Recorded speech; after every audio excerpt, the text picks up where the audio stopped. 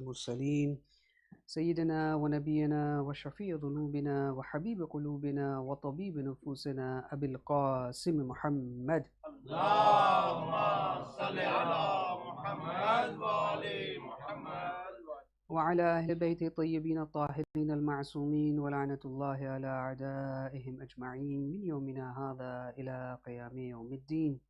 أما بعد، فقد قال الله سبحانه تبارك وتعالى في كتابه الكريم وهو أصدق القائلين وقوله الحق: بسم الله الرحمن الرحيم أولئك يصارعون إلى الخيرات وهم ولهم لها سابقون. Respected brothers and sisters and elders, Assalamu alaikum wa rahmatullah. It's been approximately 10 months when I last had the privilege of coming here, and it is good to be back home. Wherever I read, for me, Zainabiya is my Colosseum. It is my mother center. We are gathered here to commemorate the Shahadat of our 10th Imam Al-Hadi A.S.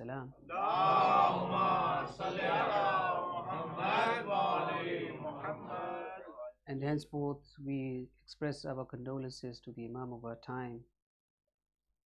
Before I actually delve into the life of Imam Al-Hadi A.S., I also want to talk briefly about the privilege that Allah subhanahu wa ta'ala has bestowed us, which is the month of Rajab. My father also spoke briefly about it, and I think it is very, very important. And I know that there was no Jummah prayers this time around, so maybe you've not had the opportunity from your scholar. And it's very important to remind what an honor it is to be alive in the month of Rajab. My father spoke very eloquently when he mentioned about the meaning of Murajjab. In simple terms, it means a month which has been honored and sanctified by Allah subhanahu wa ta'ala. Also, we have a tradition that says it is Rajabul Asab. Asab means where there is abundant and excessive flow of something. So in the word of our sixth Imam, in the month of Rajab there is abundant mercy of Allah subhanahu wa ta'ala. There's an overflow, there's an outpouring of mercy of Allah subhanahu wa ta'ala in this month. Also, it is called Rajabul Asam. Asam means death, i.e. in riwayat it says Lam yusma fiha ghazabullahi ala qawmin kattu, that never has it been the case that Allah subhanahu wa ta'ala has punished any community. Allah has not sent his punishment on any community in the month of Rajab. Such is the sanctity, even though they were deserving of it, but he either delayed it, he deferred it, or he gave them respite, but not his. As you know, even in the age of ignorance, they used to yu'azzimunaha. They used to revere the month of Rajab. They used to take all their armor and put it aside, because they believe that it is in this month that Allah subhanahu wa ta'ala, or whichever God that they worship, he will answer their prayers. So they devoted all their times to this. Is the people of ignorance. Now can you imagine if we as Muslims in the month of Rajab, we are involved in fighting amongst each other, because in this month you're not even allowed to fight your enemy, you're not allowed any form of combat. But if you end up fighting in this month your own family members, quarreling with them, squabbling with them, how despicable, how abhorrent, how repulsive this action would be in the sight of Allah subhanahu wa ta'ala. In other words, you will be attesting, you will be affirming to Allah subhanahu wa ta'ala that we are worse than the people of ignorance. This is the month where you should be reconciling with one another. You should be mending your ties. So this is very important that you realize. When the Prophet, peace be upon him, and his family, when he used to sight the moon of Rajab, he would say, Allahumma barik lana Rajab wa Ramadan wa ballighna shahra Ramzan. Barik lana Rajab wa Sha'ban wa ballighna shahra Ramadan. O Allah, make sure that you make the month of Rajab and Sha'ban blessed months for us, and give us a life long enough that we are able to be alive in the month of Ramadan, because that is the ultimate. That is the ultimate destination. That is when you will be a guest of Allah subhanahu wa ta'ala. That is when you are invited to the banquet of Allah subhanahu wa ta'ala. And therefore it is very, very important that you recognize the importance of this month. Very important. You know, in order to truly benefit and maximize the favors and grace that Allah subhanahu wa ta'ala has enshrined in the month of Ramadan, you need to first give its due to the month of Rajab. There were certain individuals who you asked the Prophet, peace be upon him, and his family, that as-sawabu shahru Rajab ablag am sawabu shahru Ramadan? Which month has more reward? The month of Rajab? This, which goes to show, if people had these doubts, the Prophet ﷺ must have mentioned the importance of the month of Rajab. So which month has more sawab? The month of Rajab or the month of Ramadan? The Prophet, peace be upon him, he responded back by saying, لَيْسَ قِيَاسٌ فِي سَوَابِ شَهْرِ رَمْضَانِ وَلَكِنَّ فِي شَهْرِ الرَّجَبِ عَظِيمٌ. You cannot compare and contrast the reward of the month of Ramadan with any month. However, the month of Rajab is colossus. It is monumental. It is splendid. Do not take it lightly. Do not take it lightly. Imam Ali A.S.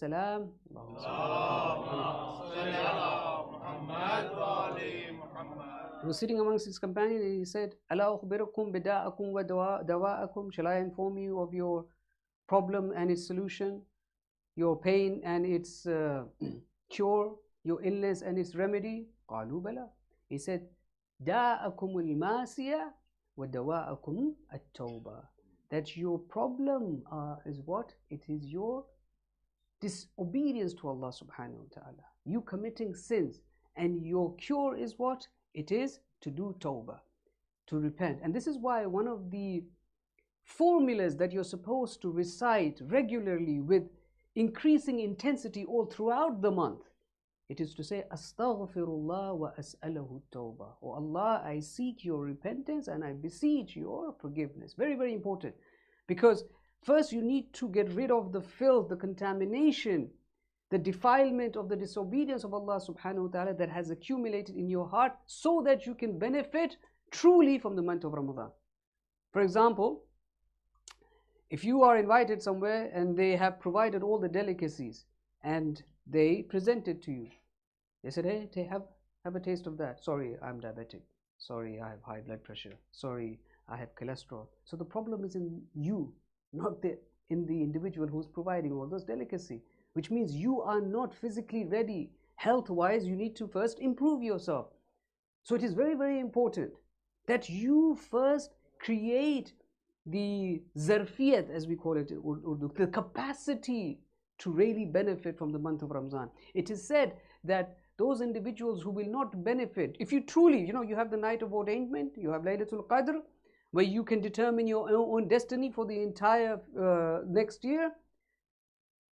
For that, it is crucial that you take advantage of these 2 months.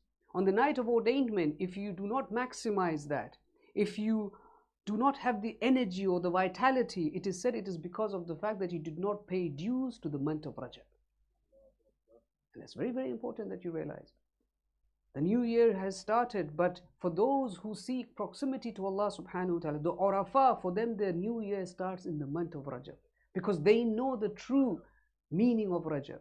I've spoken quite a lot. You remember all these Jummah khutbahs I've given, that there is going to be many calls on the day of judgment. One of the calls will be what? Ainar Rajabiyun. Amongst all the months, Allah subhanahu wa ta'ala on the day of judgment, which is a very, very severe and a difficult moment. Imagine how delightful it will be when Allah subhanahu wa ta'ala calls out, where are the people of Rajab? Where are the people who used to preserve the sanctity of the month of Rajab? It is very, very difficult day, the day of judgment. It is said the best situation would be for that individual who can find place to put his 2 feet. That is the best situation. Whereas all the other people will be cramped, will be squeezed amongst each other. And the worst situation will be for the individual who will say to Allah subhanahu wa ta'ala, Ilahi hasibna walau finnar. Oh Allah, hold us accountable now, even though you want to send us to hellfire. They don't really know what is hellfire, but they just can't endure the difficulty of the day of judgment, of Roza Mahshar. That's how difficult it is. So imagine how it would feel when Allah subhanahu wa ta'ala calls, where are the Rajabiyun? If you remember, I've mentioned it in the past that these months, these 3 months, the month of Rajab, month of Sha'ban and Ramzan, they are what I would call evolutionary months. Takamuli mahine. This is the month where you're supposed to spiritually enhance yourself, advance yourself. Because throughout the year, our relationship with Allah subhanahu wa ta'ala becomes weakened, it becomes slackened, the bond becomes faded. And if you want to reignite that spark and you want to do that swiftly, this is the month. And I've made this example in the past, I'm sure you remember. Like if your car breaks down, the battery dies, and you want to jump start the car, what do you need to do? You need to really push it, isn't it? It's going to require a lot of effort.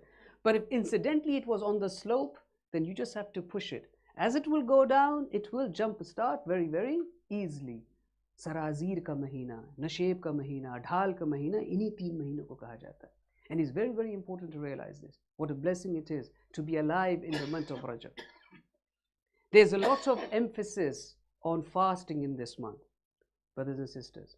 I can dedicate the entire majlis to the month of Rajab, however, I know, but I feel that if it impacts somebody and he does something in the month of Rajab, I will be getting rewarded. So I'm actually doing it for myself. I'm very, very greedy in that regard. The fasting, there's lots of emphasis to fast in this month. Somebody who fasts a single day in this month, awjaba rizwan Allah. The rizwan, the contentment, the satisfaction of Allah subhanahu wa ta'ala would be achieved. And that individual would not go to hellfire. Somebody who fasts for 3 days, it is guaranteed that he will go to Jannah. And if you want to fast 3 days in a row, do it on a Thursday and a Friday and a Saturday.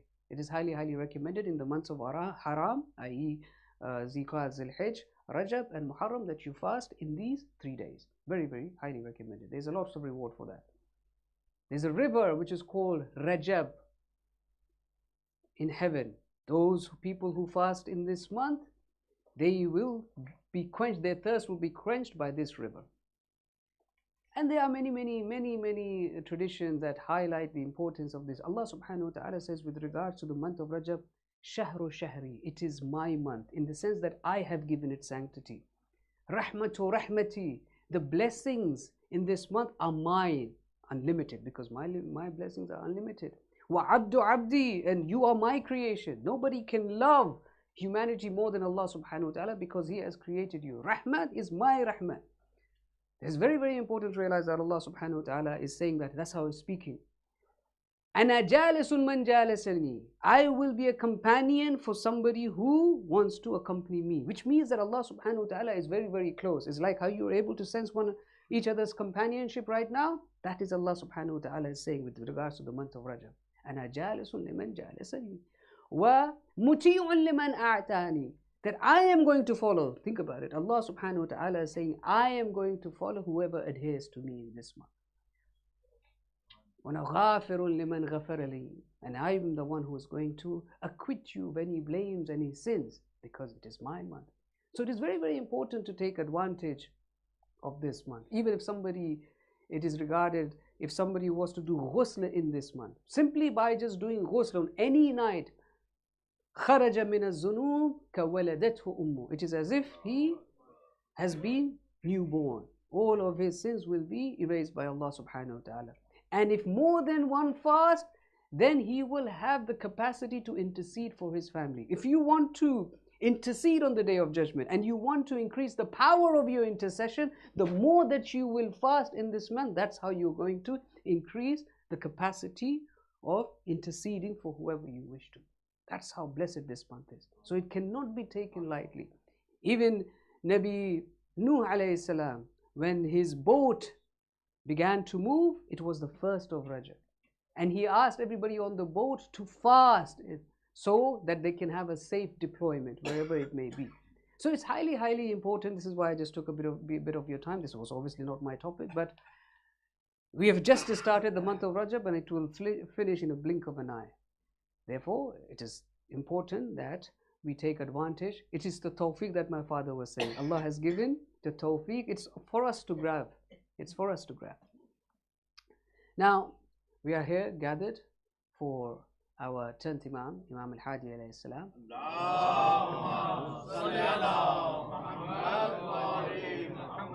We believe the Masumin alayhim Muslims, they are divinely elected.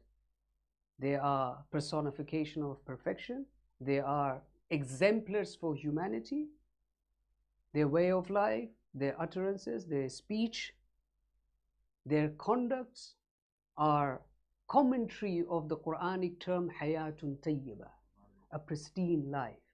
And that is why in the words of Imam Hadi A.S. himself, Imam Hadi A.S. in Ziyarat Jami Kabira, what does he say about the Ahlul Bayt alayhimus salam? Masabihud duja, a'lamut tuqa, khuzanul ilm, usulul karam, wa hujajallahi ala Ahlul Dunya, that we are the repositories of divine knowledge, we are the standard bearers of piety, we are the lanterns of guidance, we are the origin and the source of all magnanimity and generosity, and that we are the argument and authority of Allah subhanahu wa ta'ala on the earth. One of the pioneers and vanguards of piety and knowledge and perfection, epitome of moral and spiritual excellence.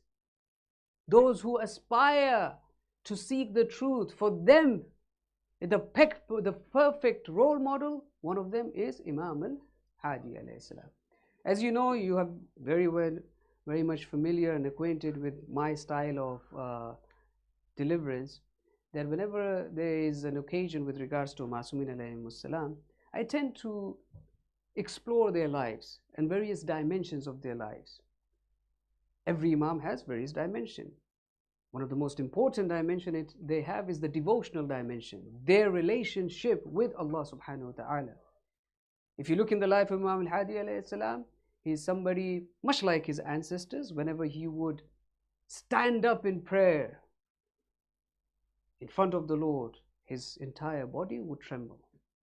And he would say that Ilahi musiyun qad warada wa faqirun qad qasada. This is an Imam who is ma'asum, who is infallible, who is immaculate, who says, "Oh Allah, a sinner has arrived. A destitute, somebody who's empty-handed has come to you. So do not make my toil, my efforts, my endeavors go in vain, that they become futile. Have mercy upon me and acquit me of the blame and the sins that I have committed." This is teaching us how to communicate with Allah subhanahu wa ta'ala. Abidan wa zahidan, even our Sunni brothers in their books have mentioned that he was one of the most devout, pious and God-fearing individuals of his time.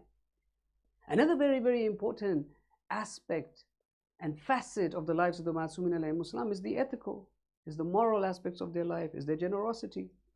It is said with regards to Imam Al-Hadi A.S, Ibn Asir says that the level of generous contribution or acts that he has performed in his life, Imam Al-Hadi A.S, it is nothing short of a miracle.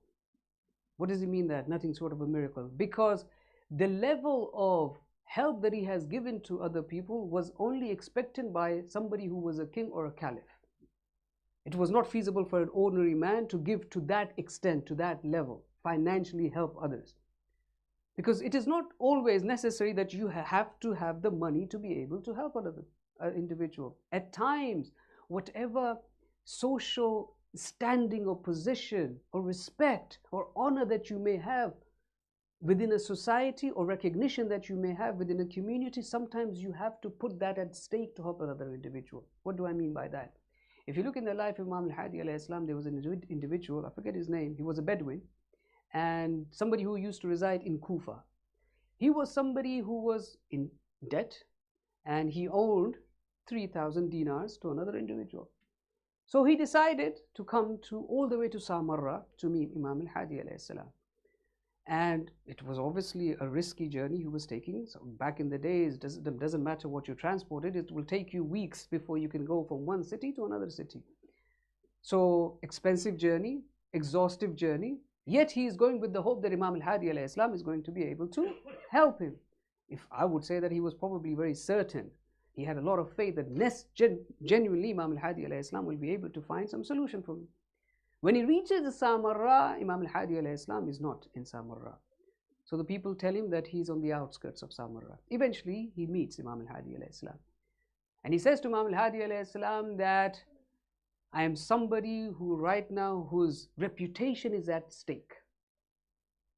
Because I owe 3,000 dinars. Can you help me? Imam Al-Hadi A.S, incidentally, at that time, he had been recently exiled to Samarra, and he himself was in a financial stranglehold. He didn't have anything to give.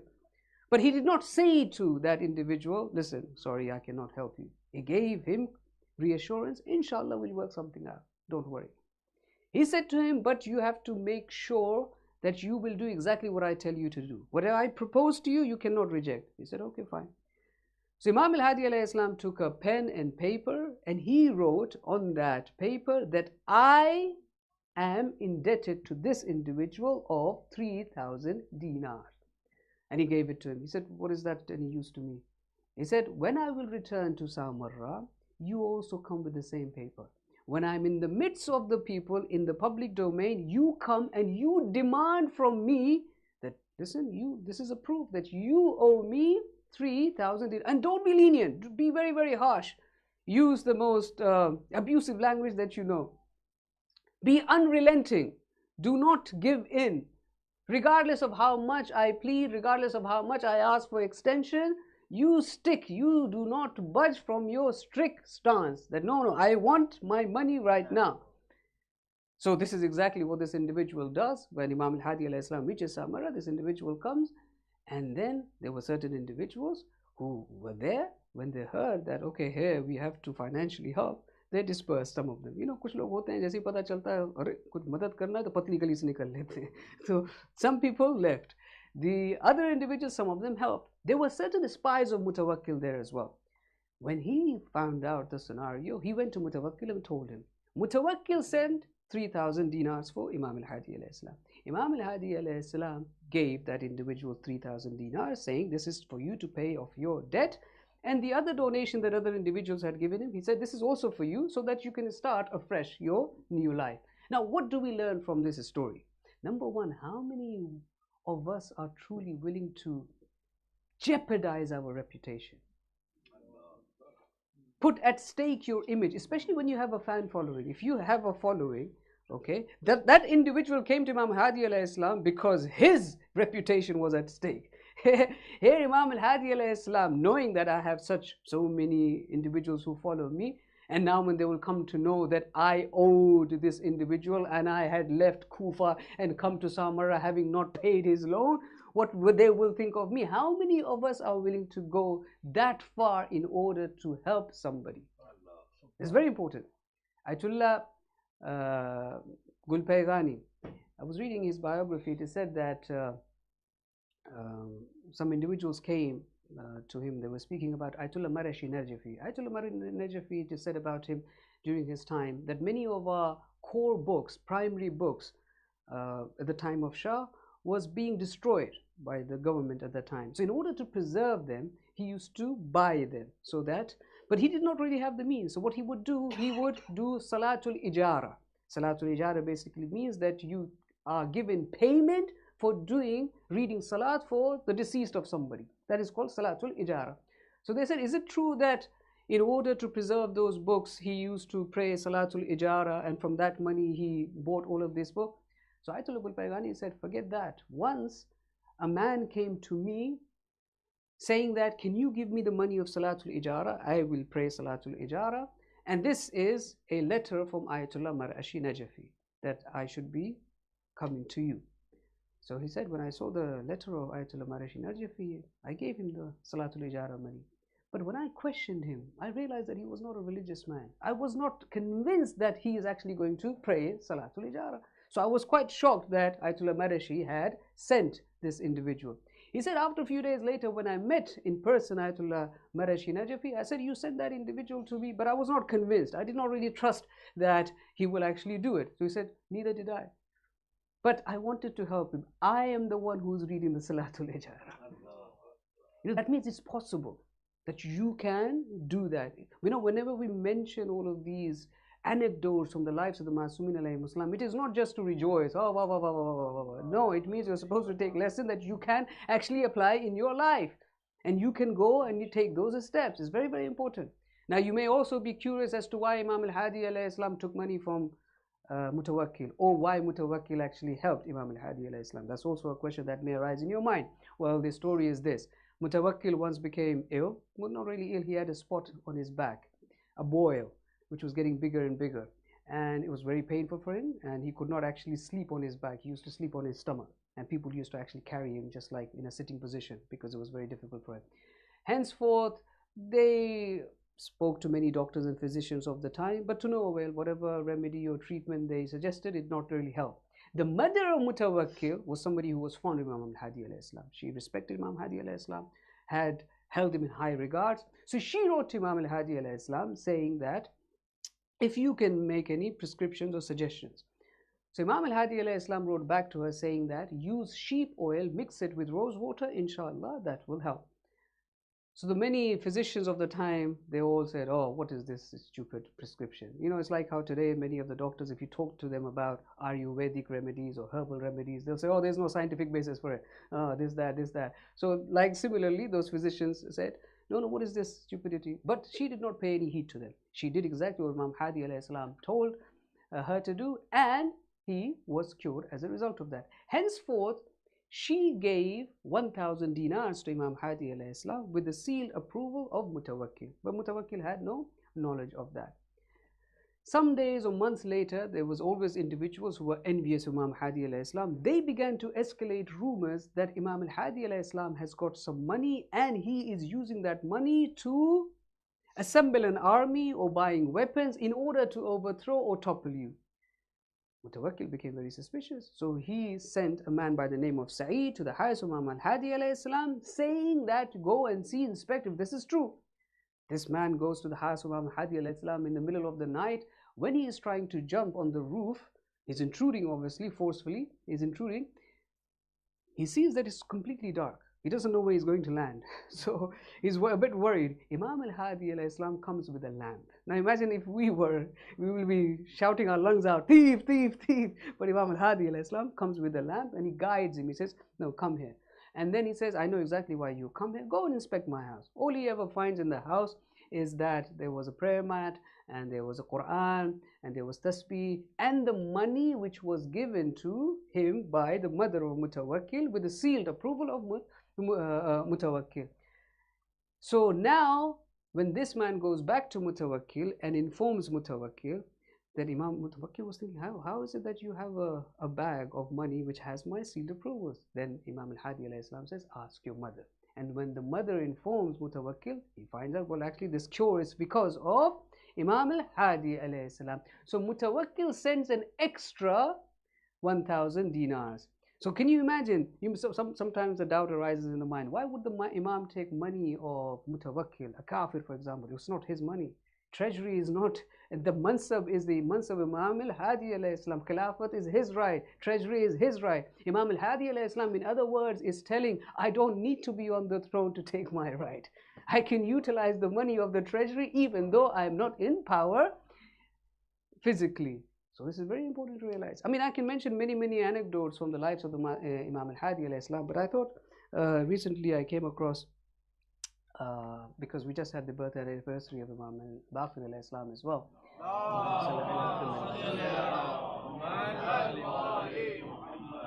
Imam Al-Hadi, somebody who guides, that's his title.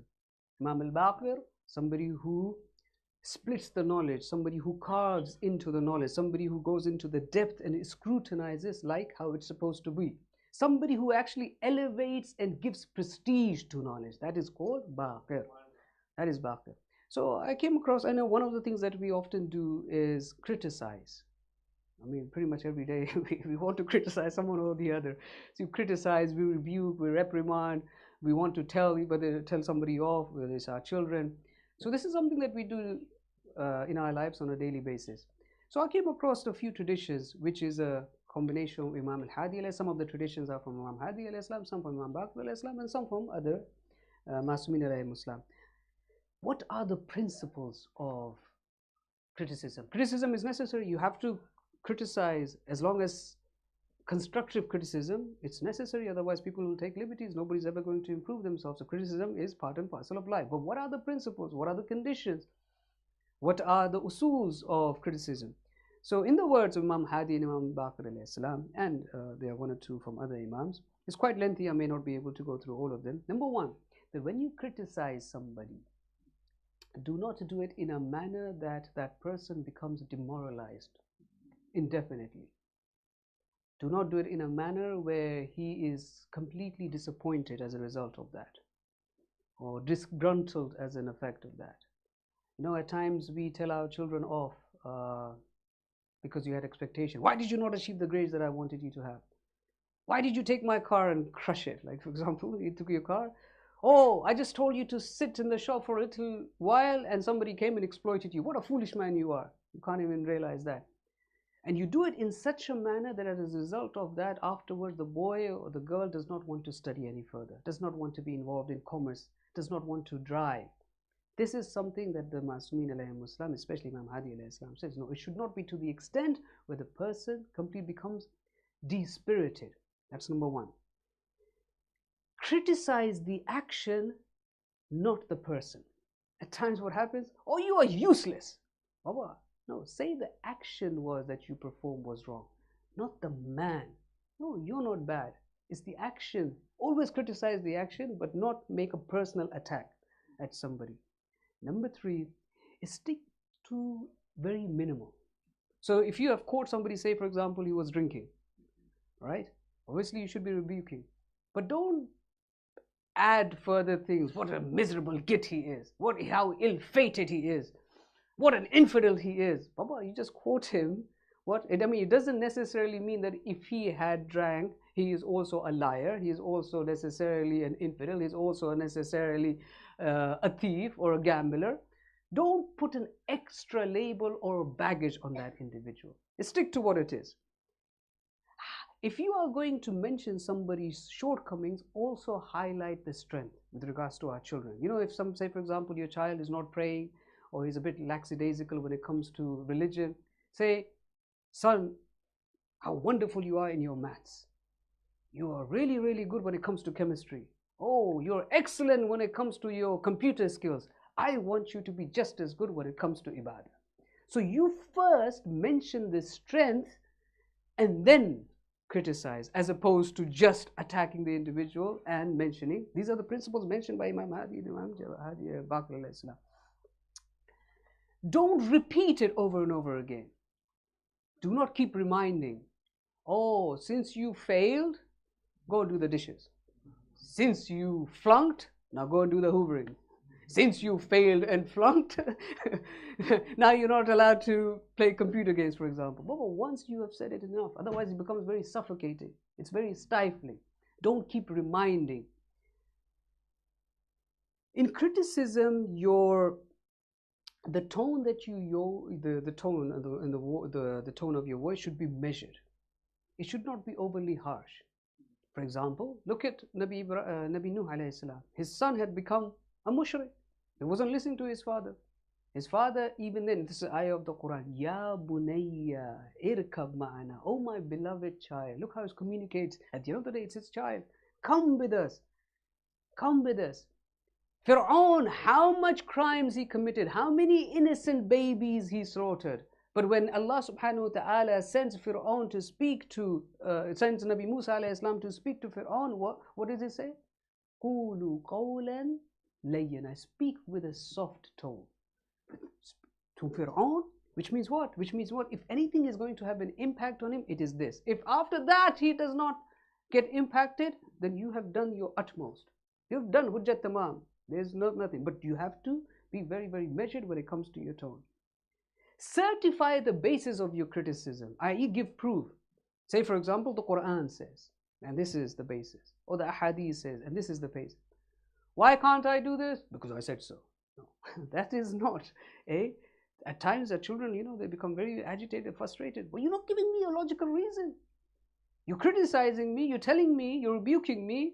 तौबीख कर रहे हैं आप मेरी, मगर कोई उसका दलील, अकली दलील नहीं पेश कर रहे हैं. The criticism should be proportional to the crime or whatever he has done, not overboard. Even in the Quran, the Jews were people who used to say, Allah subhanahu wa ta'ala in the Quran says, Yadullahi maghlula, that Allah subhanahu wa ta'ala's hand is tied up. Allah subhanahu wa ta'ala responds back, Ghullat aydihum. No, it is their hands which is tied up. So it's proportional. Uzkurni azkurkum. If you remember me, I will remember you. It's proportional. Proportionality is very, very important. Don't generalize. You know, at times you might see a child, maybe who's of a particular ethnicity or particular background. All Pakistanis are like that. All Indians are like that. All his family members is like that. Baba, it's just one individual who's done something. No, don't go about generalizing the entire city or entire country or entire family members. Use conscience. उसका ज़मीर का इस्तेमाल, उसके विजदान और ज़मीन का इस्तेमाल करें. Look how Allah subhanahu wa ta'ala tells you in the Quran not to backbite. How does he, what analogy he uses? Or how Allah subhanahu أَيُحِبُّ أَحَدَكُمْ أَنْ يَأْكُلْ أَخِيهُ لَحْمَ أَخِيهِ مَيْتًا. Would any one of you like to eat the meat of your dead brother? فَكَرَحْتُمُوهُ. Most definitely you will detest it. If you try to explain something in this manner, it will sink in. You would realize the abhorrent nature of that action. So it's very, very important to give these type of analogies. If a person is truly regretful and remorseful, don't keep rubbing it in. Don't add salt to the wound. It's not necessary. He's remorseful. He's given. He's already said. Take circumstances into consideration. That's also very important. At times we overlook that. Look in the Quran when it talks about Hazrat Zulaykha. The women were really reprimanding. Oh, how did you end up falling in love with your own slave? What did she do? She invited them over. You blamed me for this individual. She invited them over. When they were exposed to Nabi Yusuf alayhi salam and his beauty, immediately they ended up cutting their fingers. That's how mesmerized they were. So she said, ذَلِكُنَّ الَّذِي لُمْتُنَّنِي فِيهِ. This is what you used to blame me for? Look at you. I just fell in love with him. You ended up cutting your fingers. And then she goes on to say, I tried to seduce him, but he resisted. But if he continues to do that, I'm going to imprison. Then none of them reprimanded. None of them, they said, because they knew that if I was in the position of power, just like Zulaykha, I would do the same. Yeah. So it's very, very important at times to put yourself in the shoes of the individual before you just go outrightly criticizing somebody. मलामत में, तौबीख में, मोहब्बत कभी ख़त्म नहीं होनी चाहिए. मसलन क्या? मसलन मैं कहूँ कि नबी यूनुस अलैहिस्सलाम ने बहुत अरसे तक की तबलीग की. बाद में वो परेशान हो गए, आजिज़ हो गए. उन्होंने क्या कहा? बस मैं अपनी कौम को छोड़ रहा हूँ. अल्लाह को ये अमल पसंद नहीं है. दास्तान आप जानते हैं कि फिर वो शिकम माही में चले गए. मगर जब उन्होंने एतराफ़ किया, इकरार किया कि मैं इनसे गलती होगी, सुब्हानक इन्नी कुन्तु मिनज़ ज़ालिमीन, तो अल्लाह सुब्हानहु व तआला ने बाद में उनको निजात दी. और वो जो मनसब उनका नबूवत का था वो बरकरार रखा. ये नहीं कहा कि मैं तुमको 3 तलाक मैंने तुमको दे दी और मैंने तुमको आग कर दिया. No, he has already been through the rehab. Once a person goes through that, you give that position back to him. It is very, very important to realize these things. आखिरी बात कहूँगा, और भी चीज़ें मगर मैं देख रहा हूँ वक्त ज़्यादा होता जा रहा है, कि तौबीख में अपनी शख्सी फ़वाइद को मद्देनज़र रखते हुए इंसान को तौबीख नहीं करना चाहिए. मसलन क्या?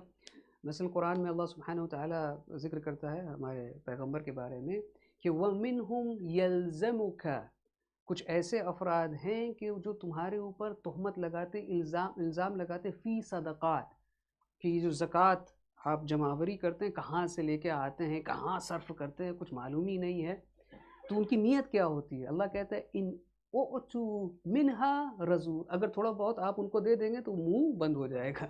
तो ये जो शोर शराबा कर रहे हैं, ये किस लिए? क्योंकि वो चाहते हैं कि उसका कुछ हिस्सा मुझे पड़े. यानी अपनी ज़ाती मफाद के लिए ये तौबीख कर रहे हैं, मलामत कर रहे हैं, मगर ना उनका और कोई गरज नहीं है. इसी तरीके से ऐसा होता है बाज़ औक़ात के इंसान कहता है कि अरे हाँ फ़लाँ की शादी बहुत ही गैर इस्लामी थी, नाच था, गाना था, ये था, वो था. ये सब कुछ क्यों जिक्र कर रहा है? क्योंकि खुद की दावत नहीं हुई थी.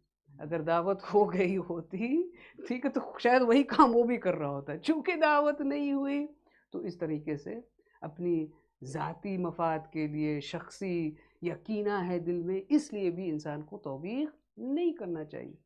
تقریباً میں نے 15 اصول ذکر کیے. یقیناً بہت سارے اصول ہیں، بہت سارے اس کے ضوابط ہیں، بہت سارے اس کے شرائط ہیں کہ توبیخ کے کیا ہونا چاہیے، مگر اس سے اندازہ ہونا چاہیے معصومین علیہم السلام کون ہیں، ہادی کس کو کہا جاتا ہے، باقر کس کو کہا جاتا ہے. یہ سارے اصول اور پرنسپلز جو ہے نا انہی نے ہم کو سکھائے ہیں، تو اس کو مد نظر رکھنا چاہیے. یہ بہت ہی اہم ٹیچنگز ہیں معصومین علیہم السلام کی. سوچ کے تو میں بہت کچھ آیا تھا. مثلاً تقریباً میں 40 منٹ بول چکا ہوں. کوشش کروں گا اپنی بات کو جلدی سے جلد. محمد والے محمد صلوات.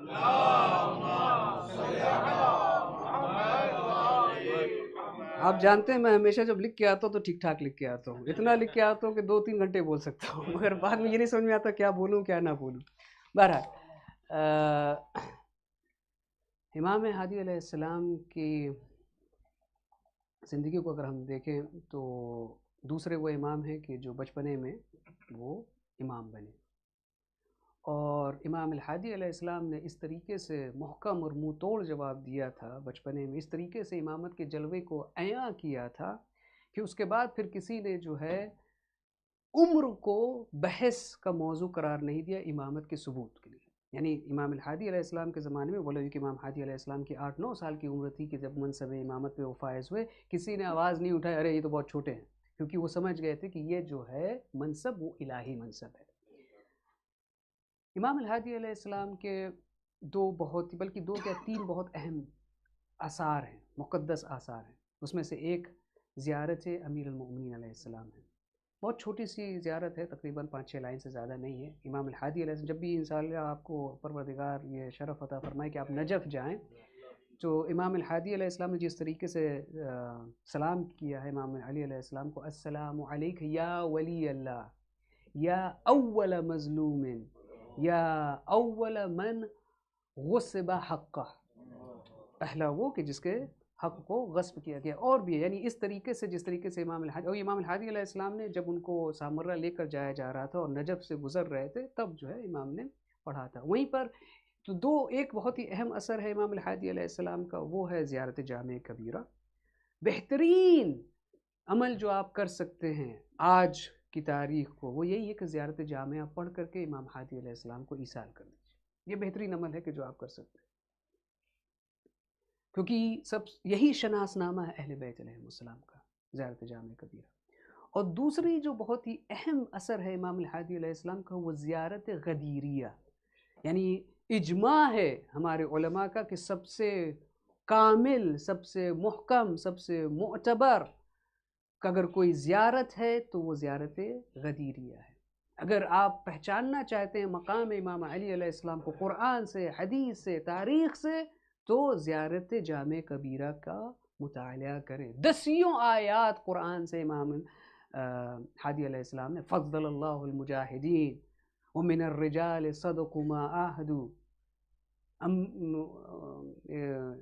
آیات مجھے یاد نہیں آ رہی مگر اس طریقے سے بہت ساری آیات ہیں قرآن کی کہ جس سے استدلال کیا امام ہادی علیہ السلام نے کہ انسان اس کو پڑھنا چاہیے. پوری عمر ہماری گزر جاتی ہے، ہمیں خبر بھی نہیں ہوتی کہ امام ہادی علیہ السلام، ان کو اگر کہا گیا ہے خطیب الائمہ تو کس بنیاد پہ کہا گیا ہے؟ یعنی اگر ائمہ کا اجتماع ہو تو جو ریپریزنٹیٹیو بنے گا ان سب کا اور بولے گا تو وہ کس کا مقام ہوگا؟ امام الحادی علیہ السلام کا ہوگا، خطیب الائمہ. تو پھر سوچنا چاہیے، ذہن میں سوال آنا چاہیے آخر ایسے امام ہادی علیہ السلام نے کیا چھوڑا ہے امت کے لیے؟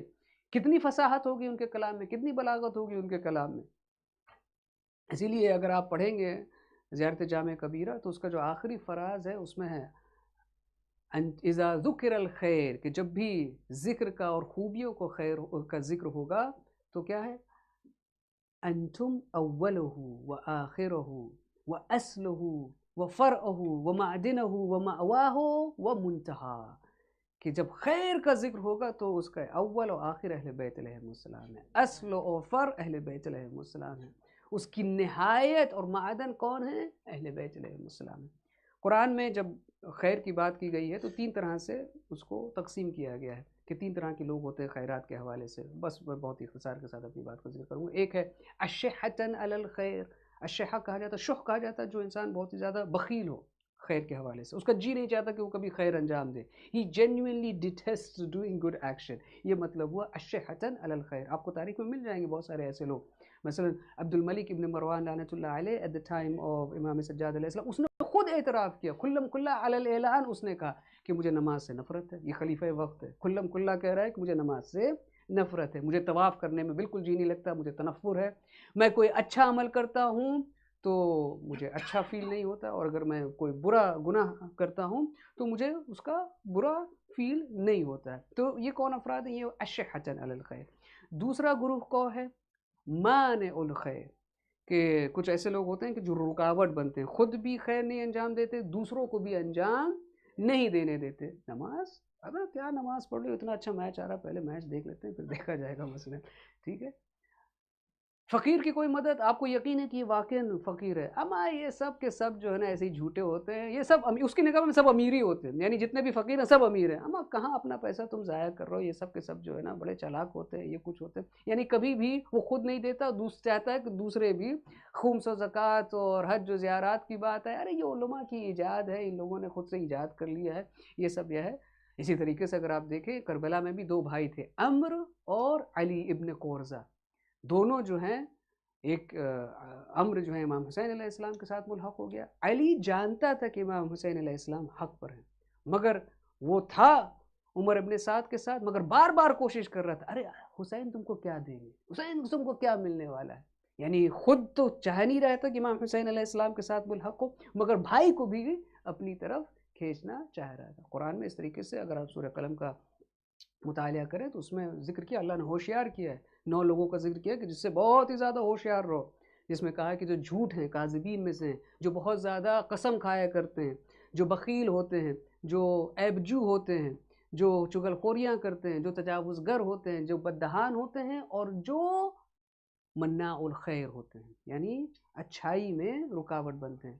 اکثر آپ نے سنا ہوگا میری زبان سے کہ قیامت کے دن بہت سارے ایسے لوگ ہوں گے، یا کہ وہ کیا کہیں گے، کیا حسرت کریں گے، یا لیتنی لم اتخذ فلانا خلیلا، کاش کہ ہم نے فلاں کو اپنا دوست نہیں بنایا ہوتا، کیونکہ یہ جو ہے یہ کمبخت سبب بنا کہ جس کی وجہ سے میں فلاں خیر انجام نہیں دے سکا. بلکہ اس کے اوپر لعنت کریں گے، جیسے ہی داخل ہوں گے جہنم میں، تیری وجہ سے کہ میں داخل ہو رہا ہوں، میں اچھا کرنا چاہتا تو تجھ کو میں نے دوست بنا لیا تھا. شیطان بھی مناع الخیر ہے، اس نے بھی اللہ کا امر جو تھا اس کی تعمیل نہیں کی، اور جو کرنا چاہتے ہیں ان کو بھی کہتا ہے کہ نہیں ایسا نہ کرو، وسواس کرتا ہے. تو یہ 2 گروہ ہو گئے، مناع الخیر، اشحۃ علی الخیر. اور تیسرا کیا ہے؟ تیسرا یسارعون الی الخیرات، وہ جو کہ جب خیر کی بات آتی ہے تو سر فہرست سب سے آگے ہوتے ہیں، سبقت کرتے ہیں، ہمیشہ موقع کی طاق میں رہتے ہیں کہ کوئی مجھے موقع مل جائے کہ میں کسی کی خدمت کر سکوں. خادموں کی طرح زندگی گزارتے ہیں، مخدوموں کی طرح زندگی نہیں گزارتے. آپ نے دیکھا ہوگا ادارے میں بہت ایسے خدمت گزار ہوتے ہیں کہ سب سے پہلے آتے ہیں اور سب سے آخر میں جاتے ہیں، ہر طرح کی زحمتیں اٹھاتے ہیں، چائے کا اہتمام کرنا، سب کچھ کرنا، ان کی قدردان ہونا چاہیے، وہ زحمت اٹھا رہا ہے. بہت سارے ایسے افراد ہوتے ہیں کہ ہر کسی کو دعوت دیتے ہیں، کبھی یہ نہیں کہ انہی نے مجھے دعوت نہیں دی تھی تو میں ان کو دعوت نہیں دوں گا، نہیں، ان کو کبھی اس طرح کی کوئی شرائط نہیں ہوتی، اس طرح سے کبھی نہیں کیا کرتے. حضرت مالک اشتر نے کس کے لیے دعا کی تھی؟ جس نے ان کے سر کے اوپر کوڑا پھینکا تھا. روایت میں ہے کہ جب بھی انسان زیارات پہ جائے تو ان کے لیے بھی دعا کرے کہ جنہوں نے کہا نہیں ہے آپ سے کہ التماس سے دعا. ایسے تو ہم ان کے لیے ضرور کہتے ہیں ارے انہوں نے کہا تھا، لکھ بھی لیں گے، انہوں نے کہا ہے دعا ان کے لیے دعا، مگر کہا گیا ہے کہ واقعاً خیر کرنے والا وہ ہوتا ہے کہ جو دوسروں کے لیے. اور اہل بیت بقول امام الحادی علیہ السلام کی مثال کا میرے پاس وقت نہیں رہ گیا ہے، امام حادی علیہ السلام نے اسی زیارت جامع کبیرہ میں فرمایا عادتکم الاحسان وسجیتکم الکرم، اہل بیت کی عادت ہی یہ ہے کہ وہ دوسروں کے اوپر احسان کرتے ہیں، اور ان کی سرشت میں یہ پایا جاتا ہے کہ وہ باکرامت.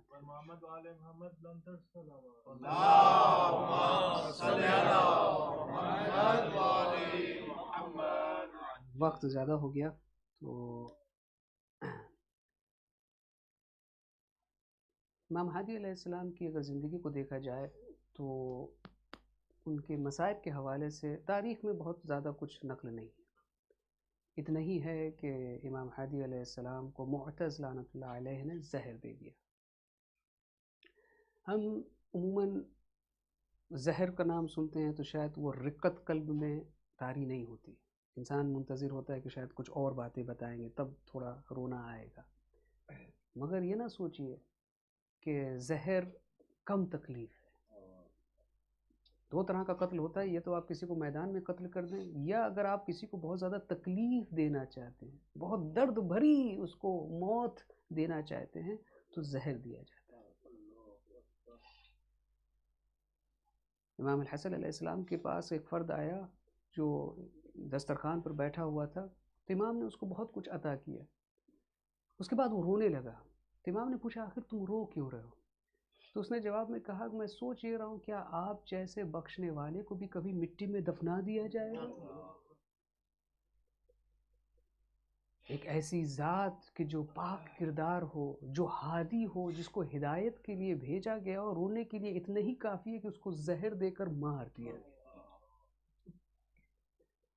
مگر ہم یہی کہیں گے امام الحادی علیہ السلام سے، مولا جب آپ اپنی آخری سانسیں لے رہے تھے تو آپ کے گھر والے تھے، آپ کے اصحاب تھے، آپ کی بیٹی تھی، امام عسکری تھے، حسین تھے، ان کے بیٹے تھے، جب بھی ان کو پیاس لگتی تھی فوراً دوڑ کر پانی لے کر آ جاتے تھے، جب بھی ان کے پسینہ چھوٹتا تھا فوراً پسینہ صاف کر دیا جاتا تھا۔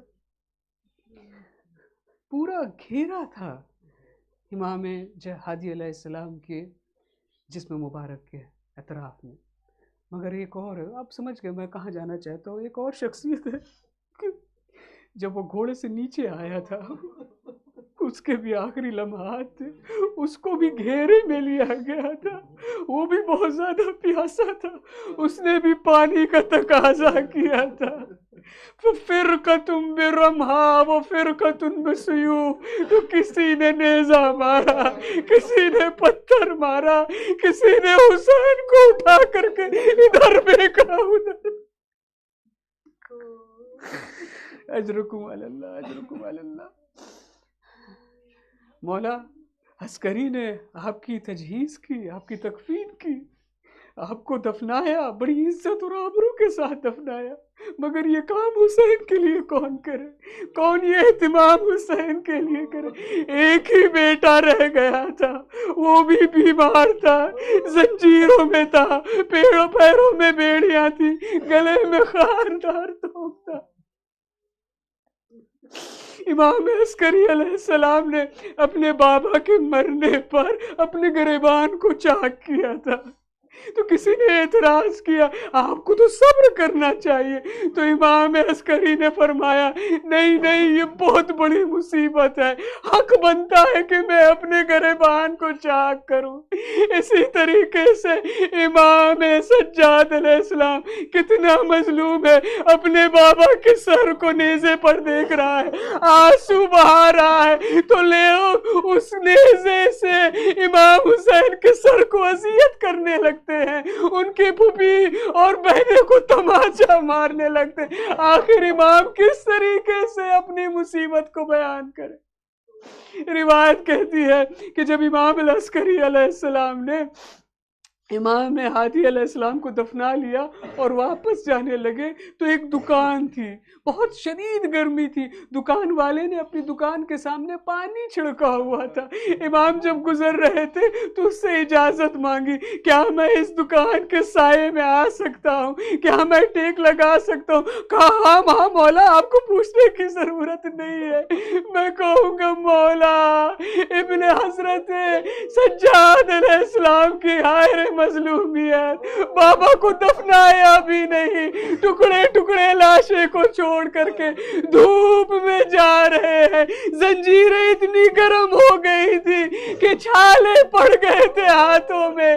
جب سیدانیوں نے یہ منظر دیکھا اکٹھا ہو گئی، اپنی پرچھائیوں سے سایہ بنایا تاکہ سجاد کو کچھ سکون مل سکے۔ میں کہوں گا اے امام عسکری علیہ السلام، آپ کے بابا کو بھی بزم شراب میں لے کر گئے تھے، بہت ہی سخت تھا مگر بڑی عزت کے ساتھ ان کو چھوڑ دیا گیا تھا، مگر ہائے جب امام حسین کا سر یزید کے بزم میں آیا تو اس ملعون نے چھڑی لے کر اس تشنہ دہل لبوں کے اوپر مارا۔ حضرت زینب نے جب یہ منظر دیکھا گریبان چاک کیا، ہائے میرا بھیا، ہائے زہرا کلال، ارے سکینہ زندہ ہے، ارے یہ وہی لب ہے جس کو نبی اکرم بوسا دیا کرتے تھے۔ اے امام عسکری، آپ نے گریبان چاک کر کے اپنے درد کو اظہار کیا تھا، پر ہائے سجاد نے کبھی گریبان کو چاک نہیں کیا۔ 34 سال خون کے آنسو رو کر کے اپنی تکلیف بیان کی، وہ اتنی زیادہ ہے کہ روز محشر شہزادی کونین سب سے پہلے مجلس حسین کو برپا کریں گی، کیونکہ ہم جتنا بھی روئے حسین کی مظلومیت، سجاد کی مظلومیت کے حق کو کبھی ادا نہیں کر سکتے۔ الا لعنۃ اللہ علی القوم الظالمین، سیعلم الذین ظلموا ای منقلب ینقلبون۔ پروردگارا، ہمارے اس مختصر سی نشست کو قبول فرما، ہمارے آنسوؤں کو رمال زہرا میں جگہ عطا فرما، پالنے والے ہمارے تمام مرحومین کی مغفرت فرما، ان کے درجات کو بلند فرما۔ پالنے والے، تجھے واسطہ ہے امام الحادی علیہ السلام کا، تمام جتنے بھی یہاں شرکاء آئے ہیں، ان کی جو بھی دلی تمنا ہے، حوائج ہیں، ان کو پورا فرما، ان کی جو بھی مسائل ہیں، مشکلات ہیں زندگی میں، ان کو برطرف فرما۔ پالنے والے، ہماری عاقبت خیر فرما۔ پالنے والے، جو علیل ہیں، مریض ہیں، تجھے واسطہ ہے امام کاظم علیہ السلام کا، ان کو شفاء کاملہ اور عاجلہ عطا فرما۔ پالنے والے، جو پریشان حال ہیں اپنی اولاد کے حوالے سے، ان کی شادیوں کے حوالے سے، ان کی تربیت کے حوالے سے، پالنے والے ان کے عزم و ارادے کو اور بھی محکم فرما، ان کی رہنمائی فرما۔ پالنے والے، دنیا کے حالات دن پہ دن بدتر ہوتے جا رہے ہیں، بہت سارے مومنین و مومنات ہیں دنیا میں، یمن میں، لبنان میں، اسی طریقے سے فلسطین میں، اور خاص طور پہ پارہ چنار کے مظلوم شیعیان، پالنے والے ان سب کو ان مظالم سے نجات عطا فرما۔ پالنے والے، ان کے صبر میں اضافہ عطا فرما۔ پالنے والے، ان کو فتح عطا فرما، ان کو کامیابی و کامرانی عطا فرما۔ اور پالنے والے، ہم بے تابی سے تیری آخری حجت کے ظہور کے منتظر ہیں، جلد ظہور فرما اور ہم کو ان کے اعوان و انصار میں سے شمار فرما۔ ماتم حسین، ماتم